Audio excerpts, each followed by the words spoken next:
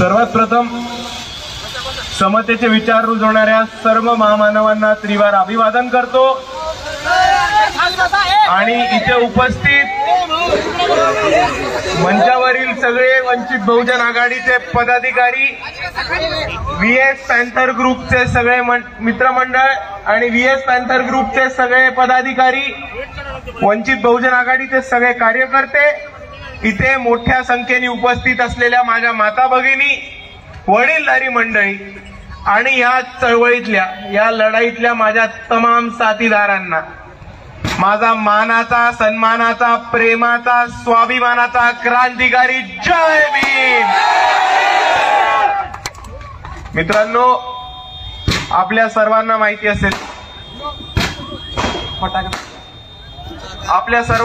असेल की 3 आठवड्यापूर्वी आपल्या सर्वांना एक बातमी मिळालेली आणि त्या बातमीने आपल्या सर्वांचा जीव वर खाली झालेला। 3 आठवड्यापूर्वी आपल्या सर्वांना ही बातमी मिळाली होती की कोणाच्या तरी एकाच्या छातीमध्ये दुखत होतं आणि त्याच्यामुळे अख्ख्या महाराष्ट्राच्या छातीमध्ये धगधग ही वाढली होती। आणि ह्याच परिस्थितीमध्ये आपल्या सर्वांना टेन्शन होतं, आपल्या सर्वांना काळजी होती। पहिली काळजी ही होती की बाळासाहेब आंबेडकरांच्या तब्येतीची काळजी, बाळासाहेब आंबेडकरांच्या प्रकृतीची काळजी, आणि दुसऱ्या बाजूला आपल्या सर्वांना माहितीये की जे झालं, बाळासाहेबांची जी सर्जरी झाली, त्यांच्या छातीमध्ये जी दुखापत झाली, त्याचं टायमिंग वाईट झालं तर ते आचारसंहिता सुरू होता होताच अगदी निवडणुकीच्या तोंडावरती। आणि आपल्या सर्वांना टेन्शन होतं की आता वंचित बहुजन आघाडीच्या प्रचाराचं काय होईल। पण तुम्ही मला सांगा, लातूर शहरामध्ये मी तर पहिल्यांदा आलोय, पण तुम्ही लातूर शहरामधले नागरिक आहात, मतदार आहात, तुम्ही मला सर्व सांगा की तुम्हाला कुठेही वंचित बहुजन आघाडीचा प्रचार थंड पडताना दिसला? कुठेही वंचित बहुजन आघाडीचा दरारा कमी होताना दिसला? इकडच्या वंचित तरुणांची कुठेही धमक कमी होताना दिसली? आणि ही समजून घ्या, ही ताकद आहे वंचित बहुजन आघाडीची आणि ही ताकद आहे इकडच्या प्रत्येक आंबेडकरवाद्याची, की प्रत्येक आंबेडकरवादी, प्रत्येक वंचित बहुजन आघाडीचा कार्यकर्ता आज ह्या भूमिकेमध्ये गेलाय की बाळासाहेब आंबेडकर आजारी असले तरी ठीक आहे, बाळासाहेबांनी इकडच्या वंचितांसाठी एक महत्वाचा लढा उभा केला होता आणि तो लढा संपवून, तो लढा जिंकण्यासाठी वंचित बहुजन आघाडीचा प्रत्येक कार्यकर्ता ताकदवान सुद्धा आहे आणि समर्थ सुद्धा आहे।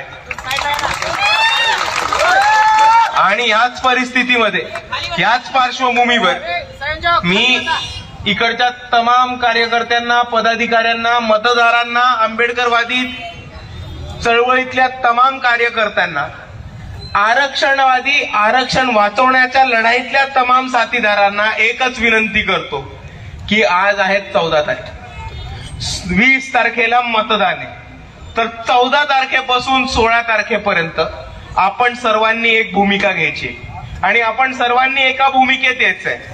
काय भूमिका घ्यायची आहे की इकडच्या प्रत्येक कार्यकर्त्यांनी ही भूमिका घ्यायची आहे की तो स्वतः बाळासाहेब आंबेडकर आहे। इकडच्या प्रत्येक कार्यकर्त्यांनी हे ठरवायचंय की मी आजपासून बाळासाहेब आंबेडकर आहे आणि त्यांनी जी लढाई सुरुवात केलेली ती आपण कोणत्याही परिस्थितीत संपवणार आणि जिंकणार। पण मित्रांनो, आपण दुसऱ्या बाजूला बाळासाहेब आंबेडकर आयसीयू मध्ये असताना काय झालेलं हे समजून घ्या। एका बाजूला आपल्याला दिसतं की इकडचे प्रस्थापित लय खुश झालेले, प्रस्थापित लोक लय खुश झालेली की आपला रस्ता साफ झाला, इकडच्या वंचितांच्या, दलितांच्या, बहुजनांच्या, आदिवासींच्या, बौद्धांच्या, मुसलमानांच्या मानगुटीवरती पाय ठेवायचा झाला तर आता आपल्याला थांबवणारा कोणी नाहीये। आणि दुसऱ्या बाजूला आपल्याला हे सुद्धा दिसेल की काही काँग्रेसची लोक, काही महाविकास आघाडीची लोक खूप खालच्या पातळीवरती बाळासाहेबांच्या प्रकृतीवरती बोलत होती। आपल्याला साफ साफ हे दिसेल की पुण्याचे एक वकील होते, त्यांनी हे असा टोन लावला, त्यांनी हे टुनटुन लावलं की बाळासाहेब आंबेडकरांनी ही सर्जरी आणि त्या सर्जरीला ते नाटक म्हटले। बाळासाहेब आंबेडकरांनी हे नाटक निवडणुकीच्या पूर्वी लोकांना भावनिक करण्यासाठी केलंय। आता तुम्ही मला सांगा बाळासाहेब आंबेडकरांना भावनिकतेवरनं मतं मागायची वेळ आली आहे का कधी? दुसऱ्या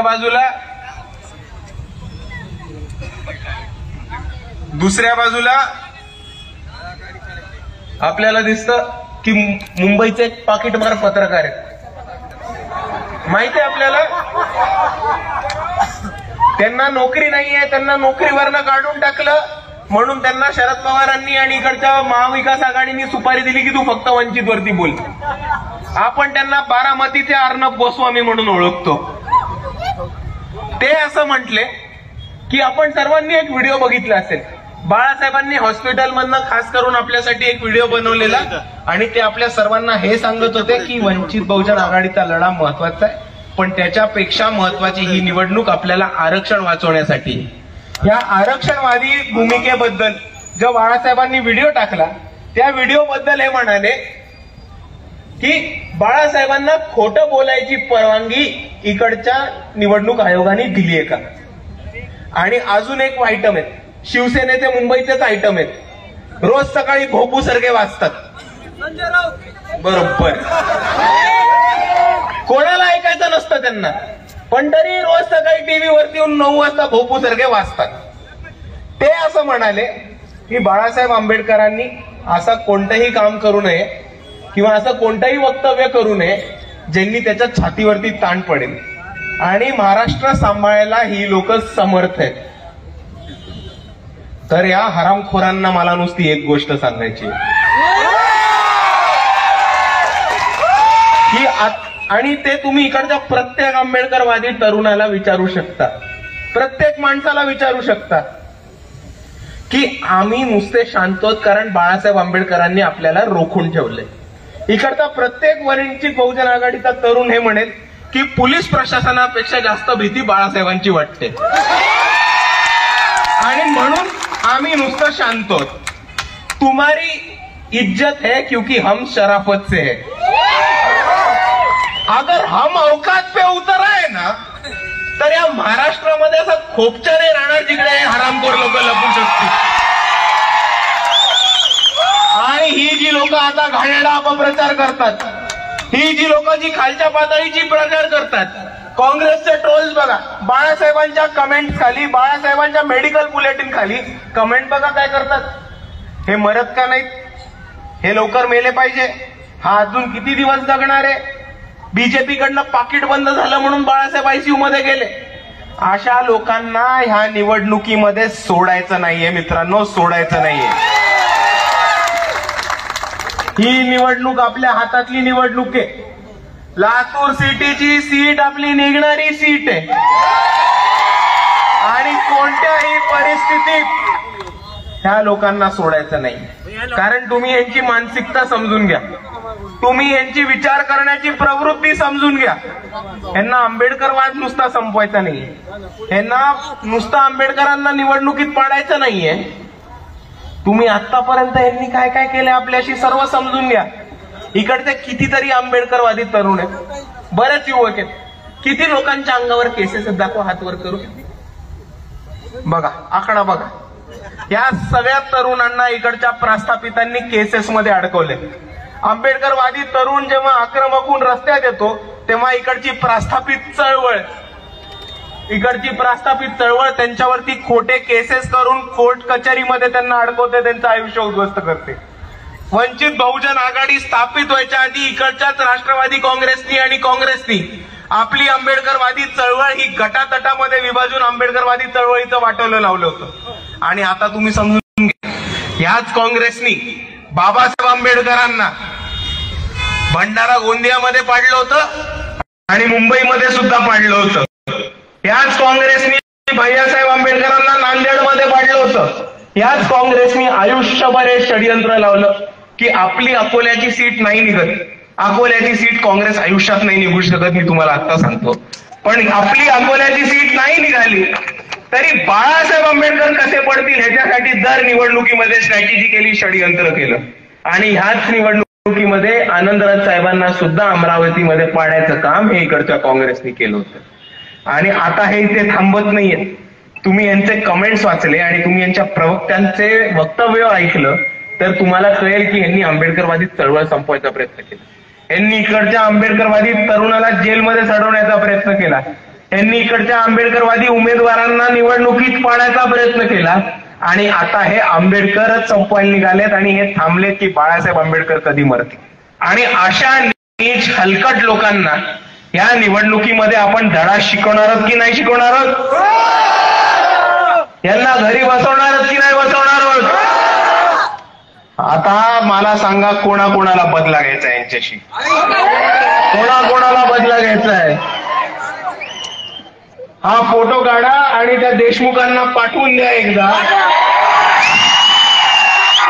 आणि त्यांना सांगा की तुम्हाला जरी वाटत असेल की लातूर जिल्हा तुमच्या बापाची मक्तेदारी आहे,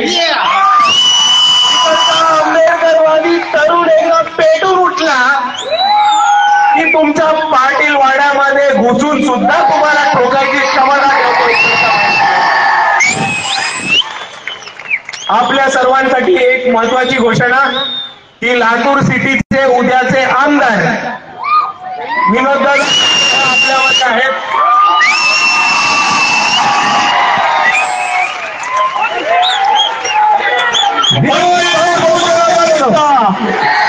वंचित बहुजन आघाडीचा तुझ्या काळात संघर्ष करो, सत्य बाळासाहेब आंबेडकर संघर्ष करो. ग्रामीणच्या आमदारासाठी सुद्धा आपल्याला प्रयत्न करायचे. डॉक्टर आर्जीकर साहेब आप संघर्ष करो. वंचित बहुजन आघाडीचा, वंचित बहुजन आघाडीचा.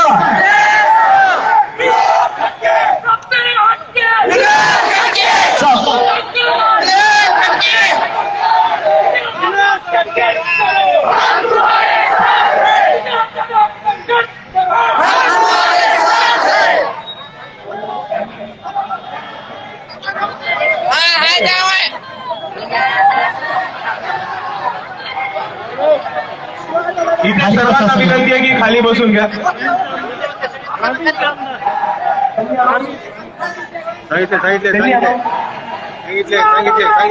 आणि एकदा जोरदार हात आपल्या लातूर ग्रामीणचे आमदार आजनीकर साहेबांसाठी होऊन जाऊ दे. हे दोघं जण मिळून देशमुखशाही लातूर जिल्ह्यातनं संपवणार आहे त्या निवडणुकीमध्ये. आणि देशमुखांवरनं आठवलं मला परवा एक खूप छान व्हिडिओ मिळाला होता. दरवेळेस मी बॉलिवूडमध्ये टीव्हीवरती किंवा बिग बॉस मध्ये रितेश दादांना बघत असतो, पण पहिल्यांदा काँग्रेसच्या मंचावरती बघितलं. त्यांचं एक खूप सुंदर वक्तव्य होतं, लय आयटम वक्तव्य होतं, लय खास, लय खास.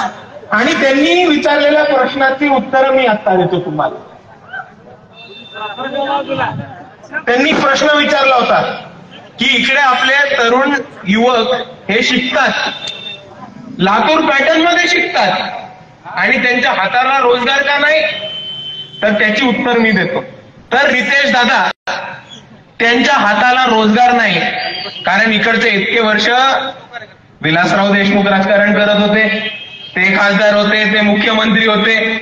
तुमचेच एक बंधू लातूरचे आमदार आहेत शहराचे, तुमचे दुसरे बंधू धीरज देशमुख हे ग्रामीणचे आमदार आहेत. तर तुम्हाला ह्याच्यातच उत्तर कळून झालं असेल की इकडच्या तरुणाच्या हातात नेमका रोजगार का नाही. तो रोजगार नाही कारण इकडच्या वंचितांच्या, बहुजनांच्या, दलितांच्या, मुसलमानांचा जो विकासाचा निधी आहे तो तुम्ही खाऊन टाकला. इकडे जे नवीन प्रकल्प येणार होते ते तुम्ही इतर ठिकाणी वळवले. इकडे जे नवीन बांधकाम येणार होतं त्याच्यातनं तुमच्याच लोकांनी कट खाल्ला. आणि त्याच्यावर महत्वाचं, इकडचा लातूरचा विकास होऊ नाही दिला कारण तुम्हीच कार्यकर्त्यांना वाढवू नाही दिलं, तुम्हीच सर्वसाधारण जनतेला वाढवू नाही दिलं. आणि एक जिल्हा म्हणजे एक माणूस खासदार होणार, आमदार होणार, मुख्यमंत्री सुद्धा होणार, मग त्याच्यानंतर त्यांची दोन मुलं, एक ग्रामीणचे आमदार होणार, एक शहराचे आमदार होणार. आता जेव्हा एका जिल्ह्याचा अख्खा सत्तेचा वाटा तुम्ही एका कुटुंबाच्या घशात जेव्हा घुसडता तेव्हा त्या जिल्ह्याचा विकास होणं अशक्य आहे, हे आपण सर्वांनी समजून घेतलं पाहिजे. आणि म्हणून मी आता सर्वांना एवढी विनंती करतो की आता ह्या जिल्ह्यावरच्या एका कुटुंबाची मक्तेदारी संपवायची वेळ आली. आपण समजून घ्या, आतापर्यंत इकडच्या काँग्रेसनी आणि इकडच्या प्रस्थापित मराठ्यांनी आपल्याला फक्त आणि फक्त लुटायचं काम केलेलं आहे. आणि तुम्ही ह्यांची परिस्थिती समजून घ्या. आपल्याला जर बघायचं असेल तर आज सगळे मोठे कारखाने कोणाचे आहेत? प्रस्थापित मराठ्यांचे. शिक्षण संस्था कोणाच्या आहेत? प्रस्थापित मराठ्यांच्या. दूध डेऱ्या कोणाच्या आहेत? प्रस्थापित मराठ्यांच्या. सहकार बँका कोणाच्या आहेत? प्रस्थापित मराठ्यांचे. दोन्ही पार्ट्या महायुती आणि महाविकास आघाडी कोण चालवतं? प्रस्थापित मराठे.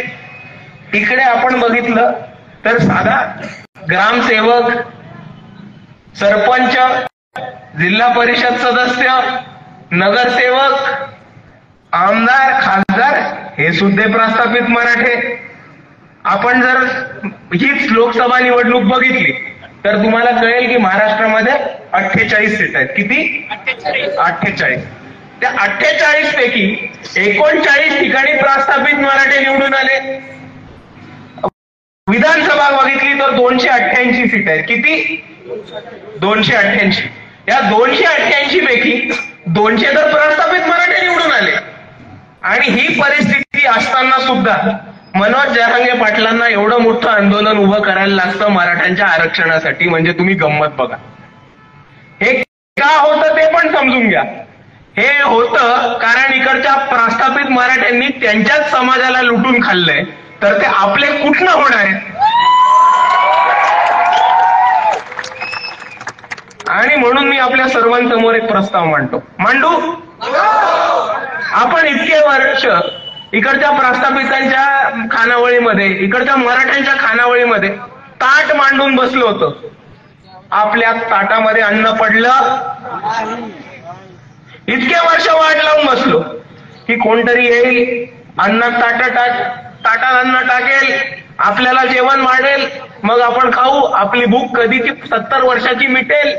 ती भूक मिटली नाही. कोणी आपल्या ताटात अन्न टाकलं नाही. आणि म्हणून मी आपल्या सर्वांसमोर एक नवीन प्रस्ताव करतो की आता या प्रस्थापितांच्या खानावळीमध्ये लाईन लावणं आणि वाट बघणं की कोणतरी येईल, उपकार करेल, आपल्या ताटात काहीतरी टाकेल, हे वाट बघायच्या पेक्षा आपण सर्व मिळून आपल्या स्वतःचीच एक खानावळ सुरुवात करू. आणि तुम्ही विचार करून बघा, इतके वर्ष ताट मांडून बसलो, ताटात काय पडलं नाही.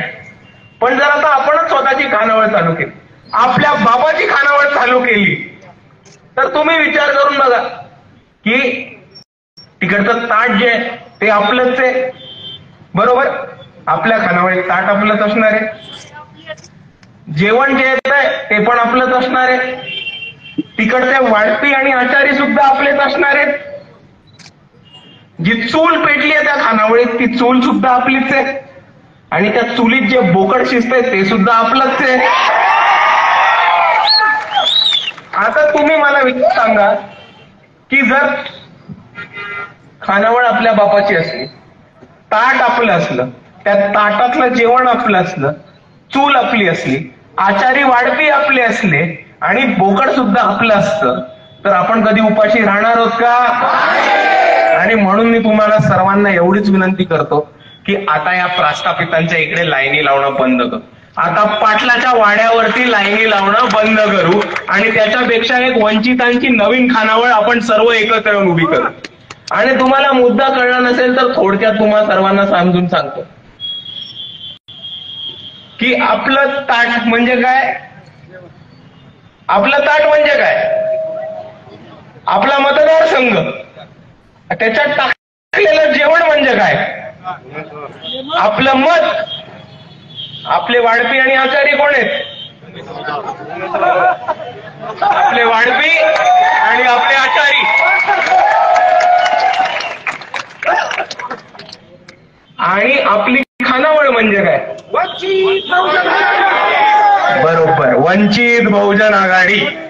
तर आता मी तुम्हा सर्वांना मांडतो की यांच्याकडे लाईन लावण्यापेक्षा आपण स्वतःच्या मालकीची, स्वतःच्या बापाची, स्वतःची एक खानावळ उभी करू आणि त्या खानावळीमध्ये बोकड आपलं, चूल आपली, ताट आपलं, जेवण आपलं आणि वाढपी आणि आचारी सुद्धा आपले.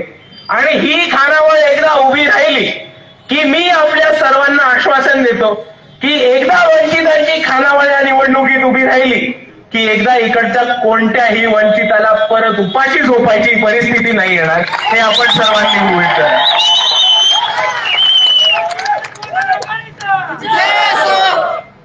आणि दुसऱ्या बाजूला समजून घ्या, आपण यांच्याशी लढत आलोय आणि उद्याही लढत राहू. आंबेडकरवादी चळवळीचा वारसा आपल्या सर्वांना लागलाय आणि ह्या चळवळीने आपल्याला शेवटपर्यंत लढणं शिकवलंय. मागे हटणार आहोत का? पण आपण लढत राहिलो तर इकडची लोक येतात आणि लय बडा बोंबलून फाडतात आणि काय बोलतात, ही वंचित बहुजन आघाडी बी टीम आहे, वंचित बहुजन आघाडी बी टीम आहे. आता आपण काही गोष्टी समजून घ्या. आपण जर बी टीम असलो तर हे घराणेशाही टीम आहे. यांची सगळे साते लोटे असे चालतात की प्रत्येक ठिकाणी घरामध्ये सत्ता राहिली पाहिजे. छोटस उदाहरण देतो. आपल्या लातूर पासून सुरुवात करू. लातूर शहराचे उमेदवार कोण आणि ग्रामीणचे उमेदवार कोण? नीरज देशमुख. थोडस वर जाऊ, लोहा कांदार बरोबर. आपल्या लोकसभेच्या मतदारसंघापैकी एक विधानसभेचा मतदारसंघ येतो. लोहा खानदार मध्ये जर आपण बघितलं तर भाजपकडनं उभे प्रतापराव चिखलीकर आणि त्यांची सख्खी बहीण शिंदेताई ही त्यांच्या विरुद्ध महाविकास आघाडीतनं उभी. त्याच्या थोडा वर जावा, नांदेडमध्ये लोकसभेला उभे आहेत संतू खंबर्डे बीजेपी कडनं. त्यांचे छोटे भाऊ मोहन अंबर्डे हे काँग्रेसकडनं दक्षिण नांदेड विधानसभेमधनं उभे. दोन भाऊ एका घरातनं भाजप आणि काँग्रेस दोन्ही पक्ष चालवतात. कुठे जावा, सत्ता घरात राहिली पाहिजे. थोडा अजून वर जावा, उत्तर महाराष्ट्रात जाऊ. तिकडे रावेर नावाचा जिल्हा आहे, माहितीये, शमीबाताई पाटील उभी आपली. त्या मतदारसंघामध्ये खडसे कुटुंबाची घराणेशाही. खडसे, एकनाथ खडसे कुठल्या साईडला ते मला आजही माहित नाही, त्यांनी इतक्या वेळ पलटी मारली. पण त्यांची मुलगी रक्षाताई खडसे ह्या भाजपकडनं खासदार म्हणून निवडून गेल्या आणि त्यांची सून रोहिणीताई खडसे आता शरद पवारांच्या गटाकडनं विधानसभेला उभे आहेत. शरद पवारांकडनं आठवण आली, आपण बारामतीत येऊ. बारामतीचं उदाहरण बघितलं तर शरद पवार साहेब, सुप्रियाताई आणि अजितदादांची पत्नी सुनेत्राताई पवार हे तीन खासदार एका घरात. आता आपण हे समजून घेऊ की यांचं भांडण खोटं आहे. समजून घेऊ 2 मिनिटासाठी, यांचं भांडण खोटं आहे. पण 3 खासदार एकाच घरात. मग अजितदादा परमनंट डेप्युटी सीएम. सरकार कोणाची होते? सकाळी भाजप म्हणजे देवेंद्र फडणवीस आणि अजितदादांनी सकाळी 6 वाजता शपथ घेऊ देत, डेप्युटी सीएम अजितदादा. मग 3 वर्ष महाविकास आघाडीचं सरकार येऊ देत, Uddhav Thackeray CM, deputy CM Ajitdada. मग शिंदे गटाचं सरकार आलं, एक सीएम एकनाथ शिंदे साहेब, एक डीसीएम देवेंद्र फडणवीस आणि परमनंट तिसरे डीसीएम अजितदादा. आता अजून खाली या, त्यांच्याच घरातनं चौथी पिढी रोहितदादा पवार आमदार. मागच्याच लोकसभेला पार्थ पवार अजितदादांचे पुत्र हे लोकसभेला उभे होते आणि आता अजितदादांच्या विरुद्ध शरद पवारांनी कोणता बाण काढलाय माहितीये का? त्यांचाच नातू उभा केलाय, युगेंद्र पवार असं काहीतरी नाव आहे त्यांचं. आता म्हणजे अजितदादांना पुतण्याला शरद पवारांना पुतण्याला पाडायचं तर त्यांनी अजितदादांचा पुतण्या आणि स्वतःचा नातू उभा केला. म्हणजे गेम समजून घ्या, कोणीही पडलं तरी सत्ता कुठे राहते? घरामध्ये. तर आता जेव्हा हे हरामखोर झाले बी टीम म्हणत येतात तेव्हा तुम्ही नुसतं समजून घ्या की हे नाटक आहे, हे टुनटुन आहे. कारण यांना इकडच्या वंचितांना सत्तेच्या बाहेर ठेवायचंय. काही करून सत्ता ही घरात राहिली पाहिजे आणि ह्या घराण्यांची दुकानदारी आणि भडवेगिरी बंद करायला वंचित बहुजन आघाडी या सापमध्ये उभा राहिला. आणि म्हणून मी इकडच्या माझ्या तमाम कार्यकर्त्यांना आवाहन करतो आणि खास करून युवक बांधवांना आवाहन करतो की जर आपल्या वस्तीमध्ये, जर आपल्या तांड्यामध्ये, जर आपल्या मोहल्ल्यामध्ये, जर आपल्या पाड्यावर, आपल्या विहारामध्ये, समाज मंदिरांमध्ये कोणी बी टीमचा सुपारी घेऊन आरोप करायला आला तर त्याचे हात तोडून त्याच्या गळ्यात टाका आणि त्याला सगळ्यात पहिले चालतं. कारण ही वंचित बहुजन आघाडीची भूमिका आहे, ही वंचित बहुजन आघाडीची आक्रमकता आहे. तुम्ही आता आमचं आरक्षण संपवायला निघालात, तुम्ही आमच्या घरावरती चालून आलात. तुम्ही बाळासाहेब आंबेडकर आयसीयू मध्ये असताना खूप खालच्या पातळीवरची टीका केलेली आहे आणि आता आम्ही संगम बाळू, आता आम्ही थोडंसं शांततेत घेऊ. या गलतफहमीमध्ये चुकूनही नका.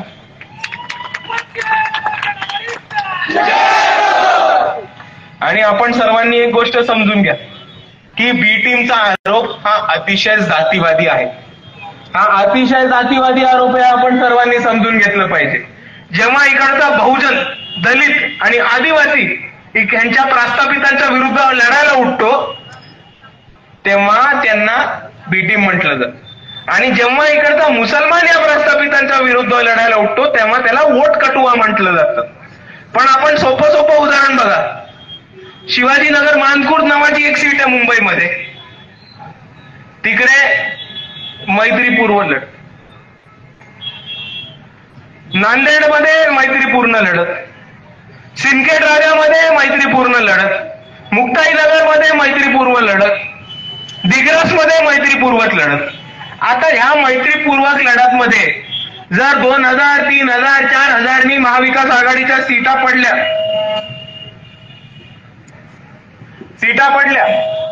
समजून घ्या. आता मैत्रीपूर्वक लढत म्हणजे काय? एबी फॉर्म असतो, बरोबर, तिकीट असतं अधिकृत पक्षाचं. आता काँग्रेसनी पण एका माणसाला तिकीट दिलं आणि शिवसेनेनी पण एका माणसाला तिकीट दिलं. दोघं आघाडीत आहेत, पण त्या मतदारसंघामध्ये फक्त त्यांची मैत्रीपूर्ण लढत चालू आहे.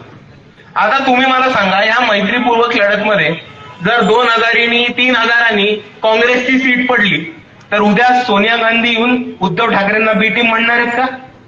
नाही. किंवा जर मैत्रीपूर्वक लढतमध्ये राष्ट्रवादीची सीट पडली तर शरद पवार येऊन राहुल गांधीला बी टीम म्हणणार आहे का? नाही. हा जो बी टीमचा आरोप आहे तो राखीव ठेवलाय इकडच्या वंचितांसाठी, हे आपण समजून घ्या. आणि म्हणून मी आपल्या सर्वांना एवढीच विनंती करतो की बिलकुल यावेळेस आपण या बी टीमच्या ट्रॅक मध्ये अडकायचं नाही. आपण अडकणार नाही म्हणजे नाही. कारण आता इकडच्या जनतेला कळून चुकलेलं आहे की काँग्रेस आणि भाजपचं आतमधनं साठे लोटे बरोबर ठरलेले आहे. हे एक सापनात आहे तर दुसरा नागनाथ आहे आणि हे दोघं बरोबर वंचितांना चावायला टपून बसलेले. आणि म्हणून आता कोणत्याही वंचित या दोन सापांना गमच्या समजून गळ्यात घालणार नाही, पण हे दोन साप आले तर लाथ मारून त्यांना दूर करेल, अशी परिस्थिती आपल्या सर्वांची.